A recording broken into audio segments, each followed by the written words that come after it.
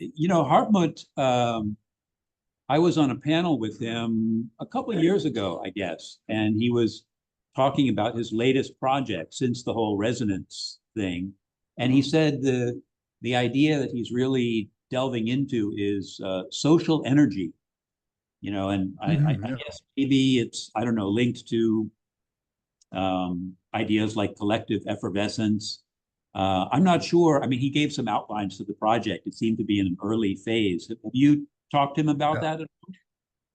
Yeah, a little bit. I'm not totally as clear about it as I am about the resonance concept, but but it's a very interesting area to look at. Yeah, I mean, he's always doing interesting stuff. I was just a little surprised that he was into heavy metal because I know from a mutual friend that he's an organist who plays, you know, in the local church in the Schwarzwald, wherever it is that he lives. So, you know, it's interesting thinking of him going from church music, which I can understand would be a real flow experience, to something like really heavy metal. But Pink Floyd is in the middle somewhere. They're maybe closer to church music, actually. Well, it's good to see you. You look well. Well, I'm still recovering. You can see a little bit the sequelae of the fall right here in my right eye, but it's disappearing. I mean, it's gonna. No, looks okay on Zoom. There is a little project that I wanted to chat with you about a little bit, but I'll follow up about that, I think, after this session, and it's related maybe to one of the questions that we'll get into about science. So I hope that's one of the ones that we'll hit on. So we've had a wonderful first day of panels. We kicked things off in the morning here. We've got a total of over 100 presentations. And today was just the first day. We have a very nice contingent of people of about 10 scholars from Poland who have been filling out this notion of Jagiellonian values. And we had a very, very stimulating talk this morning from William Desmond. It took me back in some ways to 2015. I keep looking at I have your face on a screen in front of me, and I'll move my phone there, so I'm looking back at you. I think that'll work. Good. So we'll give it I don't know, 3 or 4 more minutes. The auditorium's about half full now. Then we'll kick things off. Yeah, you know, the problem with these philosophers is they just go on and then on and on and on. Right, Adrian? Yeah, so there are several sessions that we're wrapping up around this time where I'm sure they're still around a few questions. Yeah.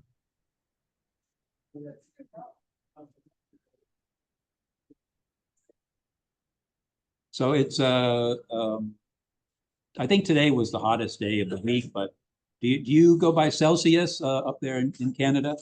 Yeah, Celsius yeah, that's right. So we're definitely into the 40s. It's going to be 40. Wow. We're into the 40s here today. You have air conditioning, I hope. Yeah. Well, thankfully, I mean, this beautiful old villa. Have you been to the Villa Mirafiori at the Sapienza University? It's the Department of Philosophy in the Rome. No, I don't think I have. No. They have an old villa that they've converted into classrooms, auditoriums. It's in an old park. It's kind of on the outskirts of town, close to the Russian embassy, and it's just a beautiful old building. And I didn't really expect them to have, you know, functioning air conditioning in here, but it's worked well. Everybody is venturing outside to the cafe, which is outdoors in the heat, and then fleeing back into the the air-conditioned auditoriums here over the course of the day. But it's going to stay, 38 degrees for the next couple of days. And with all the hot air that we have here to begin with, it just makes everything hotter. Mm-hmm.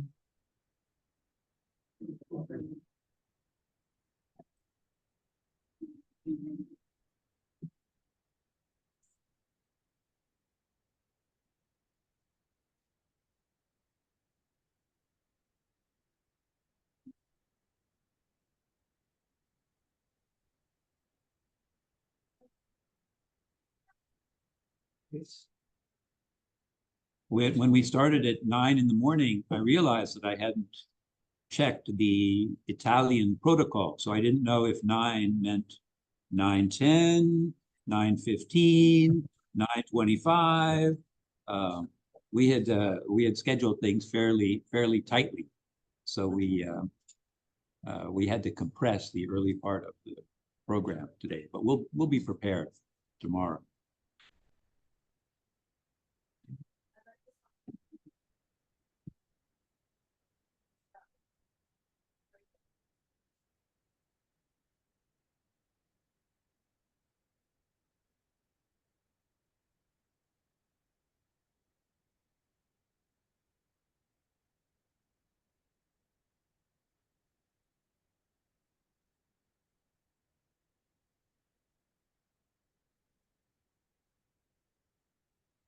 It strikes me that instead of using my coffee thermos to prop up my phone, I should maybe use this doorstop of a book that I got recently to hold up. Yeah, I think that would be appropriate somehow. Yeah, there we go. I would just wish I had some coffee. Well, that works nicely. So that's one unadvertised use for your book as a support for cell phones everywhere. Mm-hmm.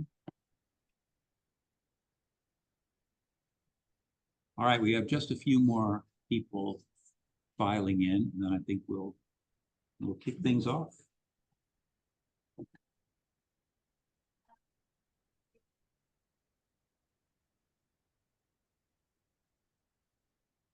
I've gotten a little bit out of the habit of doing these Zoom meeting, webinar style events, blessedly, since we've made our way through the pandemic. But it's a good habit to remain in.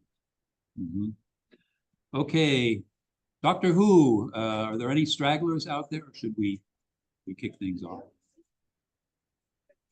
The other session's still going on, huh? Okay, all right. Oh, they're talking about the caste system. Okay, well, that could last a while.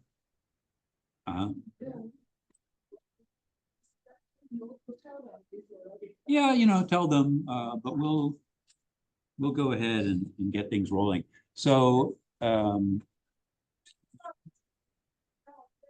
what's that? Who is this Charles Taylor?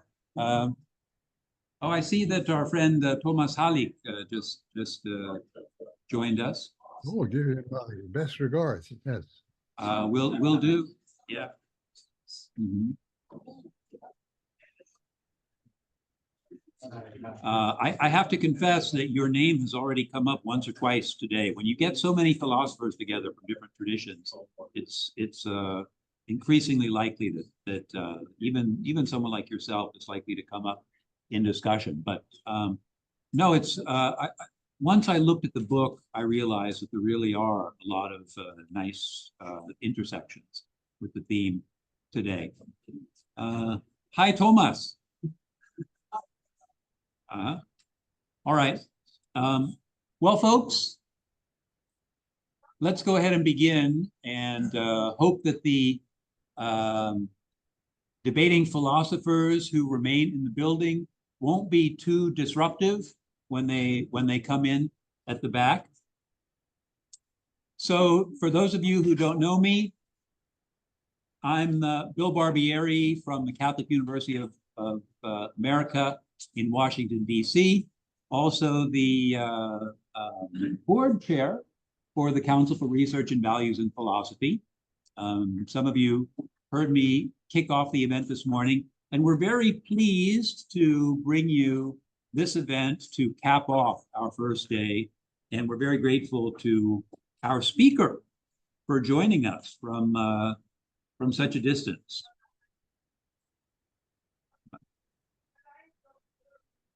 So, in light of our conference theme, Discerning Boundaries, Philosophy Across Cultures, we bring you a conversation with Charles Taylor centered around his new book, Cosmic Connections, Poetry in the Age of Disenchantment. So we'll hope to find, if you didn't learn from one of the other sessions today, what poetry might have to do with philosophy. Now, I'll read a bit of an introduction to the event, and then we've structured this as a kind of conversation. I've sent a number of themes, questions, talking points to Charles, who was kind enough to address us today, both as a wonderful scholar in this area and as the honorary president of RVP. We'll go for 45 minutes, but we want to be sure that we have some time for you to weigh in with your questions and comments as well about this very interesting project. So, Charles, again, warm thanks for joining us. I know that a Zoom appearance is not your ideal way of meeting with your colleagues and engaging in philosophical discussion, but this is the world that we live in today, and we have these wonderful techniques at our disposal for overcoming the boundaries and the spaces that separate us in the day-to-day. Now, over the years, you've done a lot of work touching in various ways on boundaries of various types. You've taken up the issue of multiculturalism in modern liberal orders. You've grappled closely with the realities of immigration in Canada and theorized about the prospects for intercultural learning and, at the same time, the dangers of ethnocentrism. Your own career has marked you as a bridge builder who can speak to and create understandings among analytic philosophers, critical theorists, phenomenologists, and even other philosophical tribes. For RVP, in particular, your work on the dynamics of secularity, on what both divides and brings together religious folk and seekers of all sorts, and your work on what I would call the hermeneutics of meaningfulness as part of our meaningfulness project, those have been formative and have helped spark research and discussion among our members for many different cultures and traditions. And they've given rise to many volumes in RVP's publication series, some of which you can probably see. I'm speaking now to the audience at our book display across the hall. Back to you, Charles. Not for nothing have you been named the honorary president of our global network. And we're deeply grateful for how you've shared your work and insights with us over the last 15 years. Now, your recent book, Cosmic Connections, is the down payment on the promissory note with which you concluded your 2016 study, The Language Animal.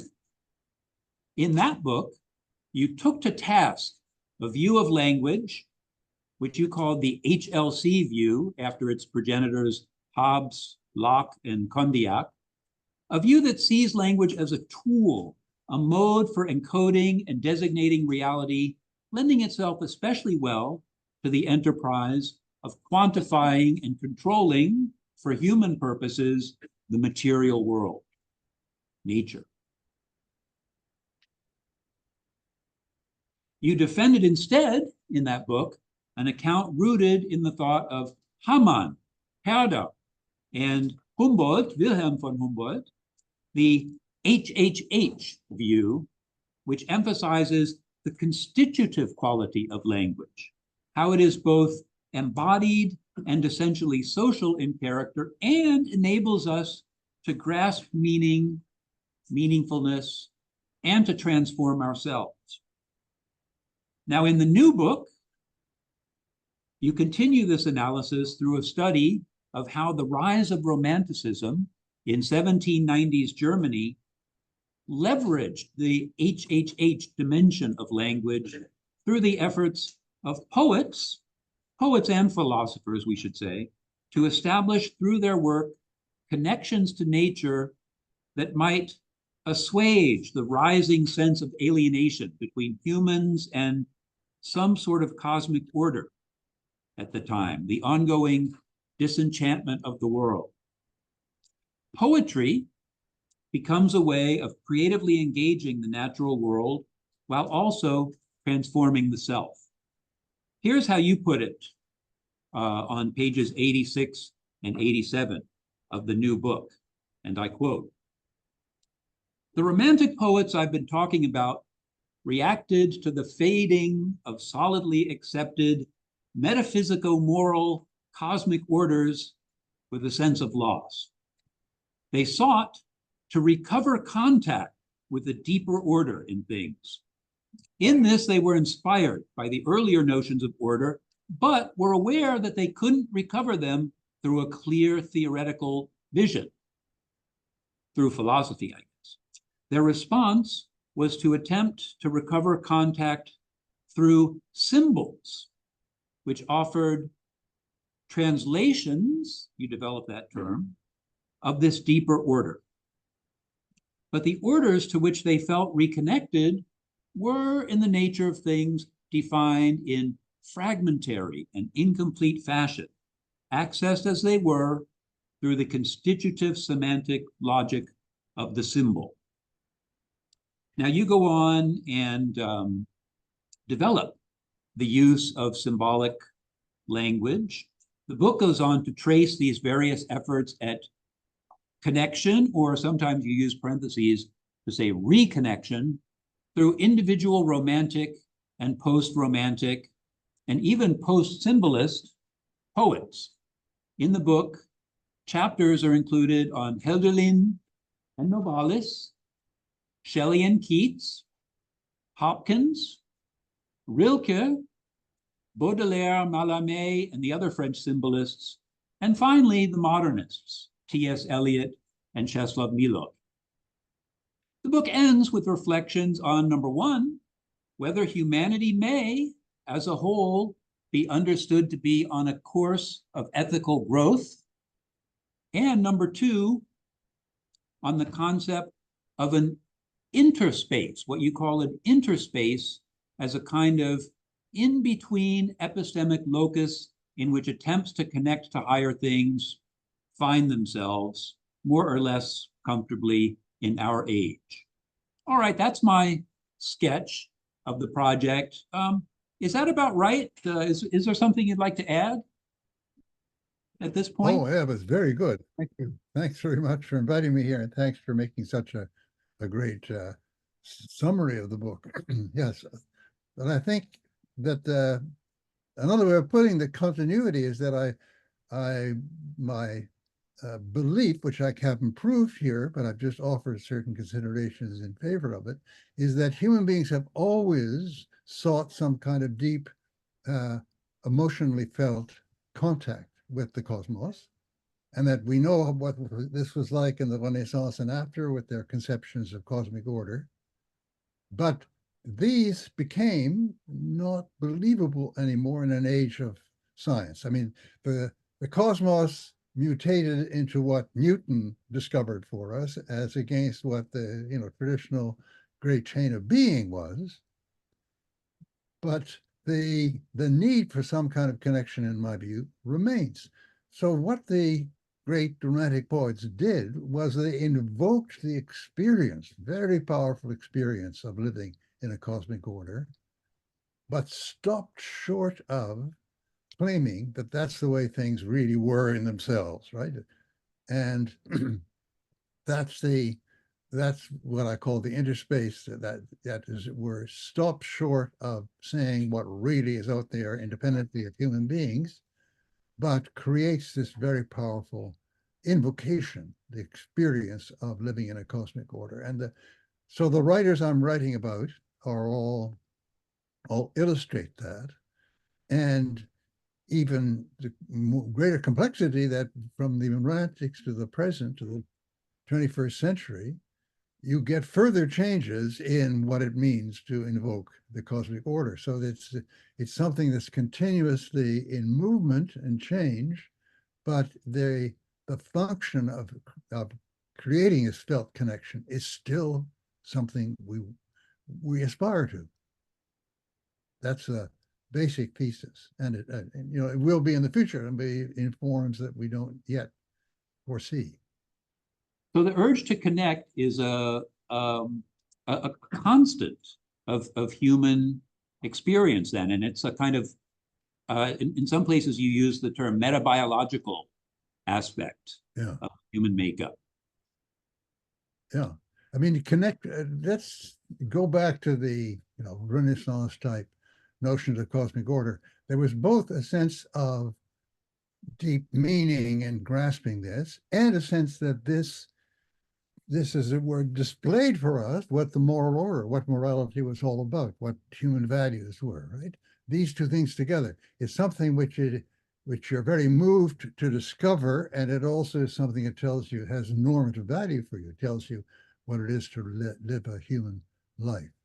Well, my argument is that these romantic poets, Wordsworth, Hölderlin, and so on, were doing something, but in a different key, as it were. They were invoking the experience of a cosmic order that we live in, which was a deep felt as a fulfillment of human nature to be connected like that, but also told us a lot about, how to live our lives, what the deep fulfillments of human life are. Now, if sorry, go ahead. I was going to say, no, it's just this. Yeah. If that urge for connection was always there, part of the point is that it's become newly problematized in the modern era. And so there's a sense in which to get the whole story, it pays to go back and read a secular age. And you even, you do describe a number of these different artistic or poetic strategies, attempts to achieve connection or reconnection as part of the supernova that you described in a secular age of different ways at getting out of ourselves and trying to find meaning and something authentic in life. So what was it about the 1790s that was so special about this problematization of connection? Well, it was that the growth of modern natural science. I mean, Newton, let's say. Newton, what it was to reveal the cosmic order became what Newton was doing, which is a scientific description in modern natural science sense, rather than revealing the philosophical notion of a cosmic order, which had previously existed. That was just, in a way, lost credit. And so the hunger that I am hypothesizing in human beings, that continuing for that kind of connection where you both sense it as a human fulfillment to make this connection, and you sense it as something that can tell you how to live, what a human fulfillment is. Right? The way in which they filled that gap was by poetry, which invoked such a powerful sense of this order that one once again felt to be connected with the cosmos. But they accepted that there was a limitation to this. This was not a claim that that's what things are like scientifically. That was not a rivalry to Newton giving an account of the cosmic order. It was another kind of connection. So you see, the whole hypothesis is that as we go through history, I mean, if we take it broader, I mean, take it non-Western societies, Chinese or Indian, all have a conception of cosmic order, some different conceptions of cosmic order. And then if you look at, Aboriginal and indigenous religions, we get something analogous. So these are tremendously different from each other, but they hint at a kind of constant in human life, in human history, of needing some kind of connection of that kind, which has these two qualities. It's connecting is felt as a human fulfillment, and it tells you something about how to live your life. It's a very, yeah. I wanted to ask a question about the scope of this book, I guess, because the rise of science has certain effects in Western, especially European society. But at the same time, you're also, in your remarks just now, speaking of this as a kind of global process. I wonder if you would use the word, as you do in the book, disenchantment, to describe that as a kind of global phenomenon. And I know that you agree with Hans Joas, for example, that disenchantment and Zauberung, as Weber wrote about it, isn't tantamount to secularization. It's not the same thing. It's a different process in some ways. But do you see that as a localized or a more global kind of problem for this drive for connection? No, it really has to be localized once again. The trouble with Weber, I agree with Hans, trouble with Weber's concept of ensemble is it covers too much. It covers on one hand, as it etymologically suggests, the word salver, magic, the decline of magic. And, it's an interesting book by a British historian, Religion and the Decline of Magic, which makes the point that what caused the decline of magic was a shift in religion, particularly in the Reformation, right? So magic and religion are not the same thing at all. But what Weber was looking at was a very, very big change in which not only magic, as it were, disappeared, but religion was put under a new kind of set of questions, to what degree it's compatible with science and so on. So it was a kind of huge explosion with many, many sub particles in it. And the mistake would be to think that all of these are of the same value, right? That the challenge to religion is as much a value as the overcoming earlier views of magic that prevented the rise of science and so on. And so, in a way, maybe I shouldn't have used that term in the subtitle. It doesn't appear very much in the book. It's in the title. Because it's still broad, yeah. But there's a certain, if you like, compartment of disenchantment is already there in the challenge to the cosmic orders which were giving us the moral hierarchy of things. That the part of disenchantment that affects what I'm talking about is a very, very specific one. It undercuts the cosmic orders that tell us how to live, and it replaces them with something else, which is a very profound experience of order, which also tells us in another way how to live. A lot of the book is framed in terms of an attempt to bridge the divide, or maybe it's even become a boundary between humans and nature. So that perceived divide seems to be either an essential part of or a byproduct of this process of disenchantment. But I'm skeptical about that notion. Were humans really separate from nature, from the natural world, or was that a kind of trick of the mind or illusion that they talked themselves into so that they could engage in exploitation of resources and subjugation of peoples in ways that they were able to distance themselves from or posit were across some kind of boundary of humanity. Yeah, but in more, yeah, if you take science and technology together and bundle them together, is not the only way to use science, but in a instrumental stance towards the world, right? So when you think of Tocqueville and his famous visit to America, and he went up to the Northwest, I mean, with President Michigan, and he walked into the forest and he met a lot of lumbermen there. And they said, "What are you doing here?" And he, influenced by Chateaubriand, I went into a great speech about the awesome presence here and so on. And they just couldn't believe that that's what he was doing. They were very suspicious. You're really coming in here to take over some of this acreage away from us, right? These are the two different stances to the world.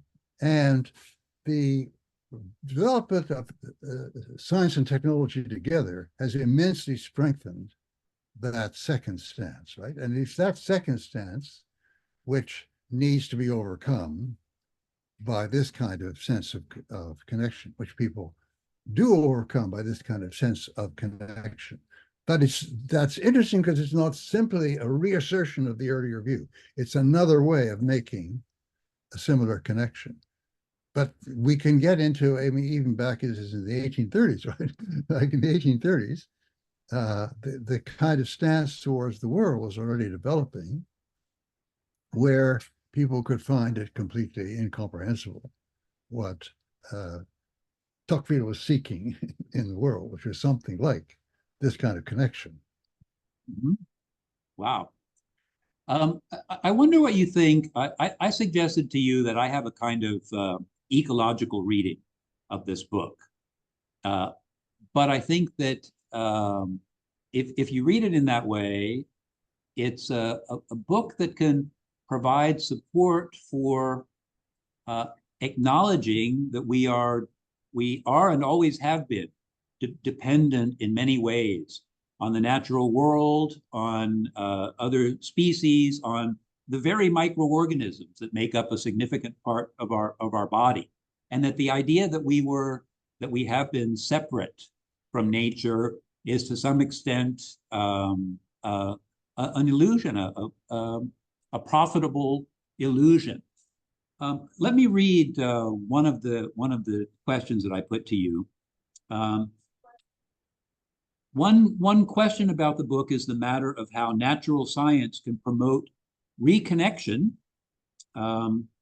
or as I would argue, deconstruction of some of the illusions that we have about our separateness from nature.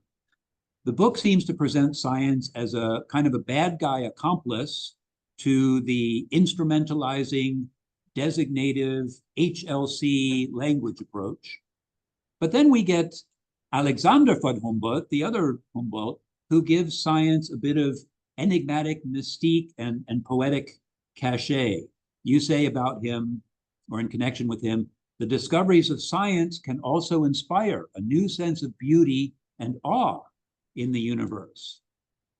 My contention would be that science never really got away without relying deeply on metaphorical, symbolic HHH style language in the first place.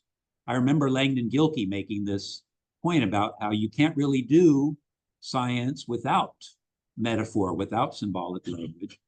And then at the same time, even very prosaic, non-elegant science, for example, about microorganisms, can go very far toward breaking down some of our misconceptions about the human nature divide. What's your take on the benefits and the drawbacks of science in this picture? But yeah, I mean, you're absolutely right. It shouldn't, the understanding that we get in natural science shouldn't in any way be seen as justifying a purely instrumental stance where we stand over against nature. But the fact is that for lots of people, the exact language of natural science, which can resolve certain issues really decisively, has been taken as the standard against which one devalues all the other kinds of relationship to nature and understanding of nature that human beings have to live in. And if you get, you, as it were, encourage a human stance in which only this kind of description and account, that is that of modern post-Newtonian natural science, is the only one, and therefore devalue all the other senses we have and of our relation to nature, that you're preparing the world for a disastrous stance, which we now see is endangering our lives in the planet as a whole. And, you know, as you say, and now you're in 40-degree temperature in Rome, and you know, that's the consequence of this. So it's not science as such, no. It is the use of science, the rhetorical, argumentative use of science to give a privilege to the stance of instrumental control.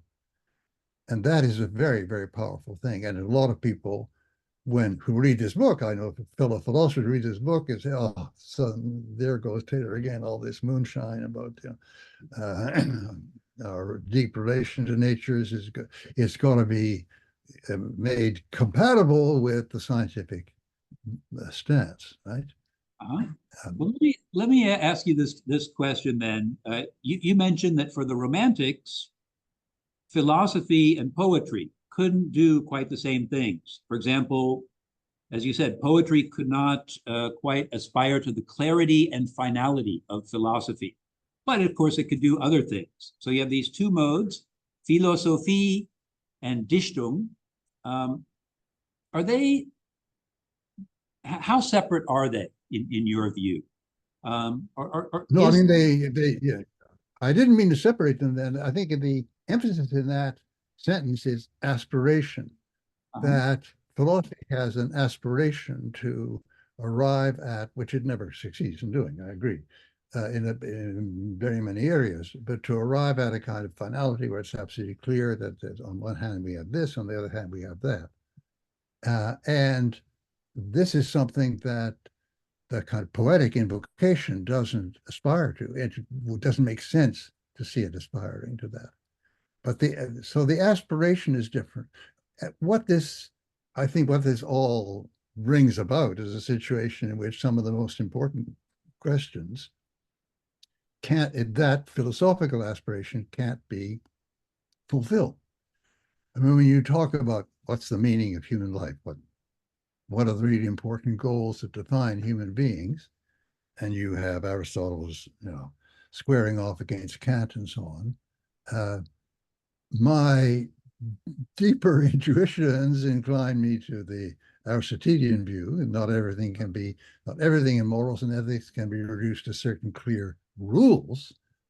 But I recognize I'm never going to convince my totally Kantian opponents, who believe that this is the case. And that is not to say that the conversation can't be very important and very revealing and very helpful if we go on arguing with each other, right? That all sorts of things will come to light. That above all, we have to struggle to find a language that adequately communicates to other people what these deep aspirations are. But the idea that we're going to reach a final point where everybody agrees, or only totally imperceptive people still stand outside, is, I'm afraid, not available to us. Okay, well, that was the relation between philosophy and Dichtung. They're both they can both be on the same side. There are a few other places in the book where, alongside philosophy and poetry, religion makes an appearance. For example, there's a section in the book that you call it an explanatory note about wider spaces of meaning, and where you speak about, in contrast to romantic reconnections to nature, experiences of transcendence. You give examples from Christianity and Buddhism that seem to be somehow quite qualitatively different from those romantic types of connections. What do you think is there about this distinction between spiritual or aesthetic connectedness and what you describe as a more thoroughgoing kind of religious transformation? Well, there's a great analogy. I mean, even a great connection at the boundary. In a way, another of my two fat books, I don't mean number two, but a number of my very fat books, that is A Secular Age, was very concerned with the phenomenon of people with spiritual seekers today, who have certain intuitions that they want to follow out and understand better what they're drawn to. I think these are very closely linked. They're sort of first cousins to the poets I'm talking about, who are doing the same thing in relation to cosmic orders. I think this is part of the same phenomenon. It's the same phenomenon where you start off with some kind of semi-poetic intuition of spiritual source, but you want to get clearer on it, and perhaps somebody's theology, or if you like, in the case of Buddhism, philosophy, gives you the fuller explanation of that, perhaps. So these are very, very similar, very, very parallel searches in a slightly different quarries that you're seeking to, slightly different areas you're seeking to clarify. But would you think about transcendence in connection with what these poets are doing?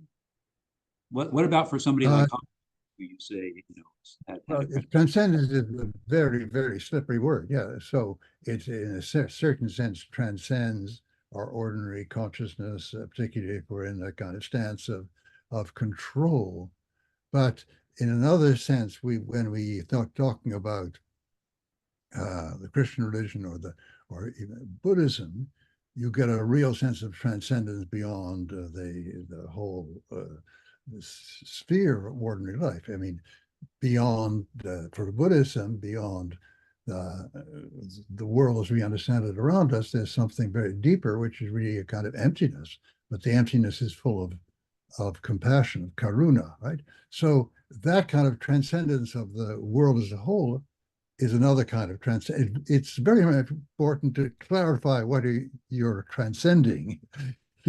In the case of these poets, they're transcending ordinary, everyday understanding of the world around us, particularly instrumentally seen.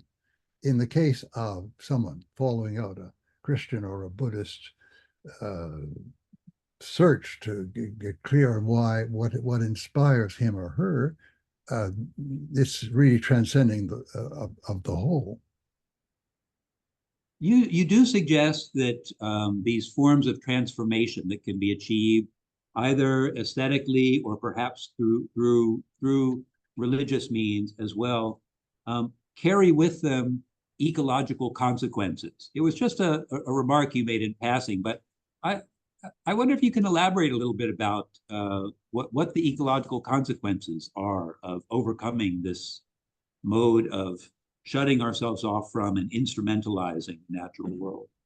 No, I mean, that is, if instrumentalization is the whole game, as it were, the proper relation, it's the only argument against totally destroying our planet and therefore us is a purely consequential argument. But many people also feel, and I think should feel, a sense of kinship, a sense of also awe of belonging to something, to a whole containing life that goes way beyond ours, but which we have some kind of link with, right? So, there is here a very close link, I think, between refusing the destructive and wholly instrumental stance we have today, between refusing that and living in a livable world. But the reasons here, we're adding to the reasons which are consequentialist, that we don't want to kill ourselves off. We're adding to these reasons, deeper reasons to do with human fulfillment. And I think that's a very important thing to do. Well, will you go a little bit deeper? Will you go a little bit deeper with me? on that, beyond human fulfillment, and talk a little bit about cosmic fulfillment.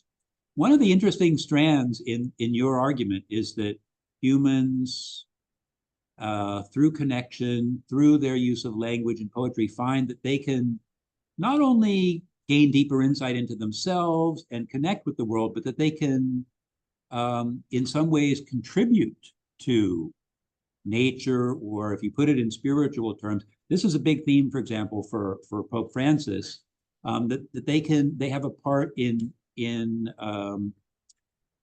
completing or tending to creation. Now, I raise this because you have this very interesting chapter 15, near the end of the book, where you talk about the history of ethical growth. And I had put some questions to you about the claims you make about ethics and morality and their relation in that section. But maybe what's most interesting is that you give a kind of cautious assent to the idea that with lots of backsliding and so on, we can think of humanity as making slow ethical progress. But the example that you give is of progress toward human rights, or toward a common morality. I want to propose that real progress would go beyond human rights and would look at something like the cosmic common good, and recognize that there are interdependencies between humans and the natural world that should be part of the ethical telos, or the direction that we're moving in. What do you think about that? Absolutely, I totally agree with that, and that's why I make a distinction between morals and ethics, which is a work as terms of art, because they're used very often interchangeably. But morals is the set of rules that we have set up throughout history, from the Ten Commandments to the Universal Declaration of Human Rights of 1948. So the normativity is expressed in terms of you shall or you shall not, of just rules of what to do or what not to do. For the aspect of morality in the broad sense, which I want to call ethical, is really in the sense of Aristotle. There are certain fulfillments of human potentialities which are meant to be realized, right? And certainly, and of course, examples of this this is individualized in the modern world by people's sense of a vocation. I want to be a great musician. I want to be a philosopher. I want to be a whatever. And it's not that you shall or you shall not. It's not a set of rules. It's a set of being true to your deeper tendencies of your own being. Well, I think this kind of relation that we've been talking about to the larger cosmos, this relation where we feel deeply part of it, and where its well-being as a whole matters to us, is very much in Aristotle's sense, an ethical goal that the non-fulfillment of which is in a way just crushing or failing to realize, or failing to give space to or air to a very important part of us, right? People reading this chapter on ethical growth would also do well to look at your recent book on the degeneration of democracy. And we've had some conversations about moral progress, and I know that this is in the back of your mind. Is there democratic progress or not? And in that book, your conclusion was a little bit more muted, I think. Maybe not quite as optimistic about growth and progress. Yeah, right? No, I didn't mean to be wildly optimistic. I mean, the point is, when I say we've made progress in recognizing what human goals ought to be. And the belief in democracy is part of that. Right? But we haven't necessarily made progress in realizing these. And as the middle of the last century proves, it's possible for people in our culture and civilization to do horrible things on a scale that would have made Genghis Khan pale in horror. And so we have to put both of these things together, that there is this capacity to do tremendous damage, which, of course, the technological stance increases the capacity to do damage. This is a capacity to do tremendous damage, which sometimes people take up, and capacity to murder millions, for instance. But this same capacity in the same century, the 20th century, 21st century, goes along with a sense of what the human ends are, which is, as it were, instantiated by the Universal Declaration of Human Rights and the sense that a democratic culture is the best human social form. So the progress is in the goals, recognition of the goals. The progress, alas, is not always there in the realization. Fair enough. Just a comment. I noticed in this book that you didn't really go into talking about or using the language of evil, but I think you did do that in the language animal. I think in this connection of why people resist so willfully, developments and connections. I want to close with just one question and open things up to the audience. And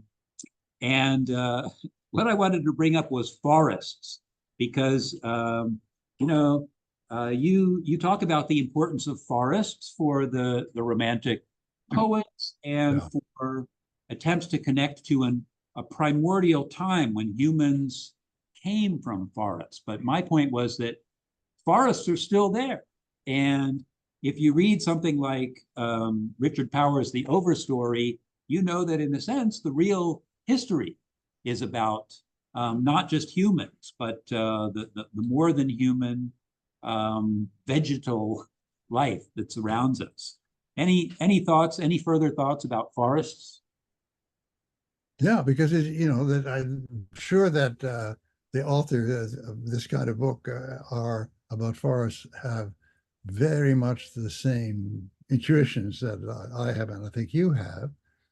But what's interesting is that they've taken off from that to explore how, to put it in a very simple way, how in certain respect, very mind-like the operation of forests are, the interconnections between different trees and so on, the taking account of what the whole situation is even miles away from any given tree and so on. It's something quite remarkable. They're not just inert objects, which of course the stance of the lumberjacks that Tocqueville met was. They're not just inert objects that they're to be chopped up and used, but they have this very complex, very sophisticated, I would say, life.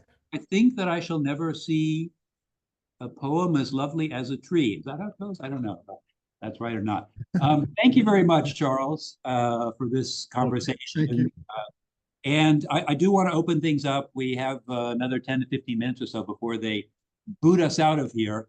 I think the audio is good enough so that we can hear people who want to make a comment or a question. Would anybody like to kick off?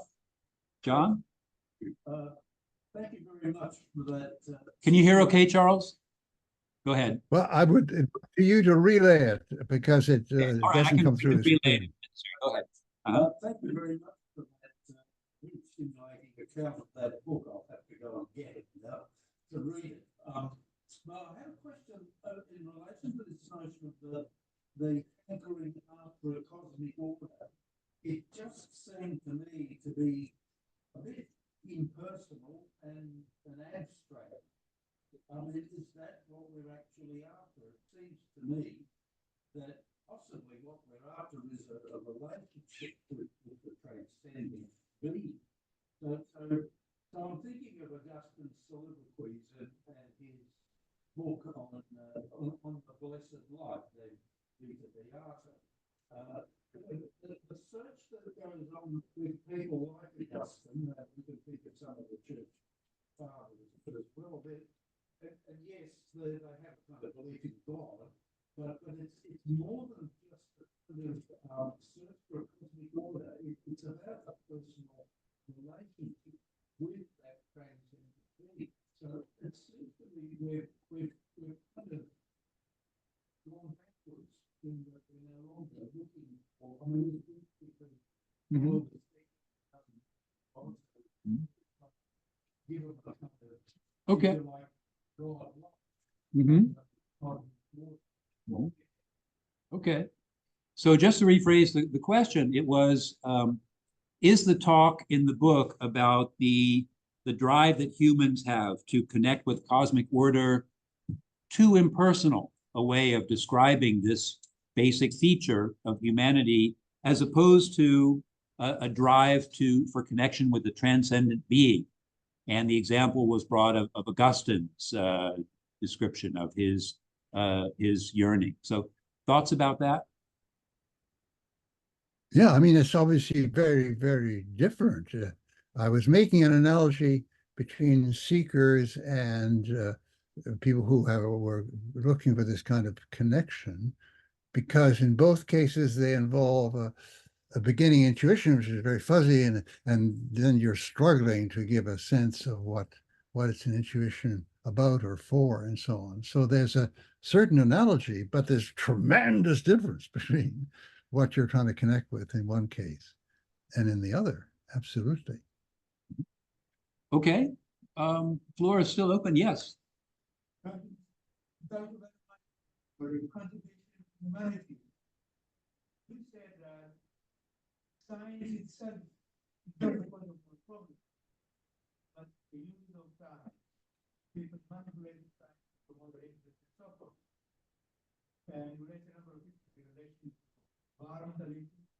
My question is, can environmentally friendly capitalism be built? Because the major motive behind capitalism is profit. Fossil fuel companies and other companies have spent a number of millions of dollars in the buying, particularly in developed countries. So the leaders of developed countries are not being free to address environmental issues, climate change, and so on and so forth. Mhm. I think you mentioned Buddhism and other Eastern traditions. I hope you know Sami Ramin. Sami Ramin, an Egyptian economist, who said that capitalism is not ready to address problems, crisis. It loves crisis.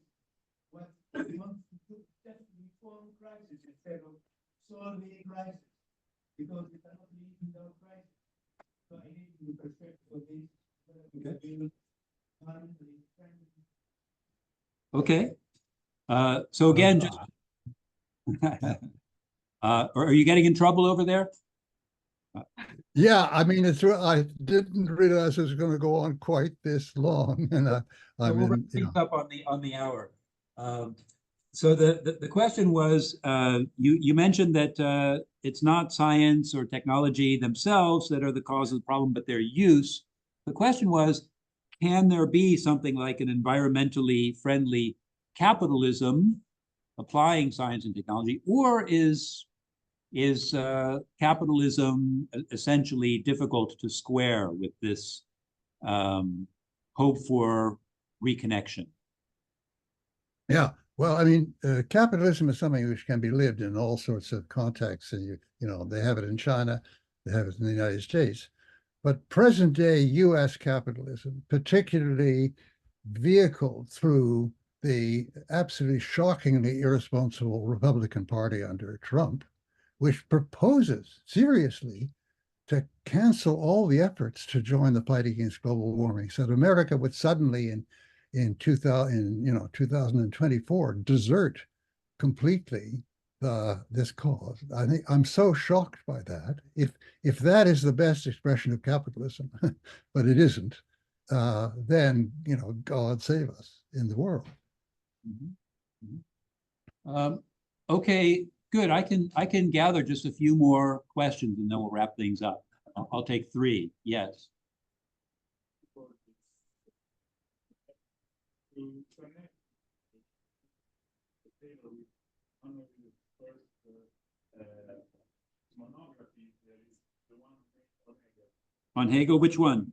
Basically, Okay. Okay.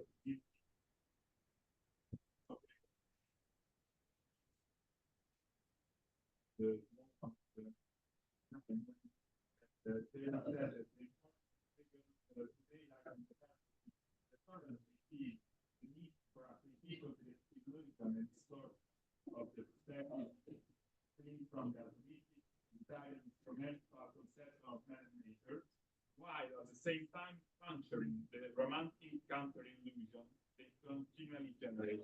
So I was wondering how this is connected, if it is connected, and if it is still relevant today, since we are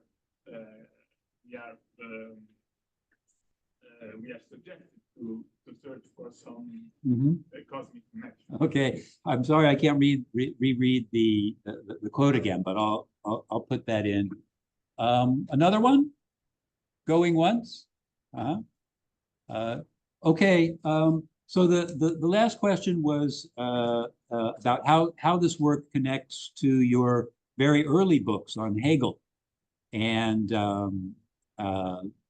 our colleague read a quote from Hegel about the illusion that we needed to rid ourselves. Hegel was both fighting against the humanistic distortion and both the counter-illusion that the romantic produced. So he was also fighting against the romantic illusions as well. So where does Hegel fit into this? Hegel's very interesting. Yeah, Hegel was, of course, a member of what I call the Romantic generation. He went to school with Hölderlin, Schelling, and so on. So then he turned against them on the grounds that he had a conception of reason which could tackle all the problems they were trying to tackle in a totally rational way.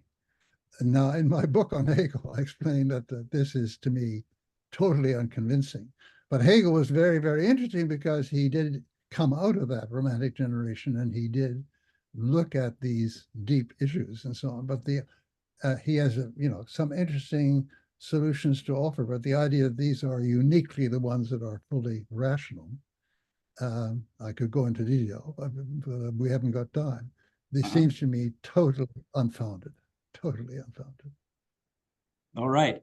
Well, we'll leave things there. I think it's appropriate in some ways to end on Hegel as we get ready to continue our meeting and transition into the World Congress of Philosophy. Charles, I thank you once again. You've always been so generous in working with us.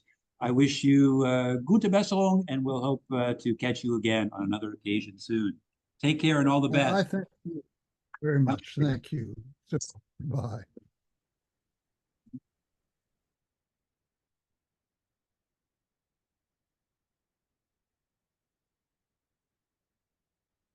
Any housekeeping for tomorrow?